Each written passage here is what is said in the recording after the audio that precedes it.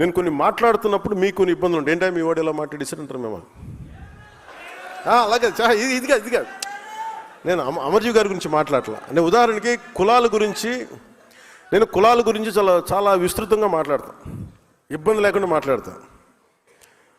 మా సోదరులు నాగబాబు గారిని అడగండి, మా ఇంట్లో ఎప్పుడు కూడా కుల ప్రస్తావన మాకు తెలియదు అసలు ఎప్పుడు. అలాంటి నేను కులాల గురించి మాట్లాడటం అంటే ఎంత నలిగిపోయాడు బిగినింగ్లో. అసలు ఎందుకు వచ్చాను పాలిటిక్స్ అనుకున్నాను. ఇప్పుడు కదా 2007, 2008లో అంటే మనం మానవత్వం అనుకున్న పెరిగిన వాళ్ళకి, సోషలిజం మైండ్ సెట్తో ఉన్నవాడికి కులం చాలా ఇబ్బందిగా ఉంటుంది. కాకపోతే that is a stock reality of our society. ఇది ఒక వాస్తవ దృక్పథం. ఇది అంటే మనకి అసమానతలు ఉన్నాయి. కొన్ని కులాలు అగ్రస్థానంలో ఉంటాయి, కొన్ని కులాలు వెనకబాటు స్థానంలో ఉంటాయి, కొన్ని వృత్తి కులాలు ఉంటాయి, వృత్తి కళలు వాటికి పరిమితం అయిపోయినాయి. అందుకని కులాలని నేను సమగ్రంగా స్టడీ చేశాను. స్టడీ చేసుకున్న తర్వాత అప్పుడు అవగాహనతో వచ్చి మాట్లాడాను. అందుకు నాకు ఇబ్బంది ఏముండదు. నేను ఒక కులం గురించి మాట్లాడుతున్నానంటే ఇంకో కులాన్ని ఎప్పుడు పెంచడం కాదు, ఇంకో కులాన్ని తక్కువ చేయడం కాదు, ఒక వాస్తవాన్ని మాట్లాడుతున్నాను అంతే.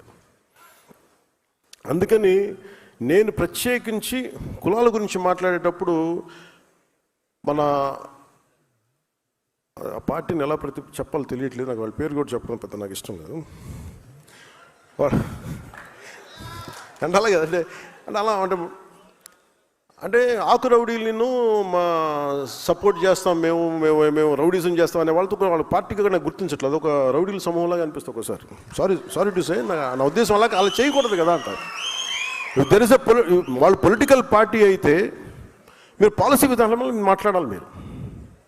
మీరు పాలసీ విధానం మీరు ఈ పాలసీ చేశారు, వచ్చాక మేము రద్దులు చేస్తాం. ఇప్పుడు ఉదాహరణకి మొన్న నాకు నిన్న కూడా ఆయన వారికి శుభాకాంక్షలు తెలియజేశాను, పుట్టినరోజు శుభాకాంక్షలు. అంటే మనస్ఫూర్తిగా చెప్తాను, నాకు లోపల ఎవరు శత్రువు కాదు. నాకు వారి విధి విధానాలతోనే నేను వ్యతిరేకిస్తాను తప్ప నాకు ఎప్పుడు కూడా శత్రుత్వం లోపల ఉండదు. మీరు కనుక మీ విధి విధానాలతోటి ప్రజలకి ఇబ్బంది కలిగితే నేను ఇంకా గొడవ పెట్టుకోవడానికి నా జీవితకాలం సంసిద్ధం. నేను అసలు నాకు ఆ భయం కూడా లేదు.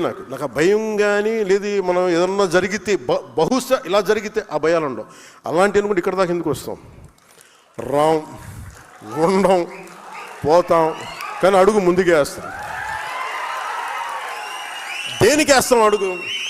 పిచ్చి ఐడియాలజీతోటో లేదంటే పిచ్చితో కాదు, చాలా బలమైన ఐడియాలజీ ఉంది కాబట్టే బతుకుతాం. కాబట్టి ధైర్యం, దట్టు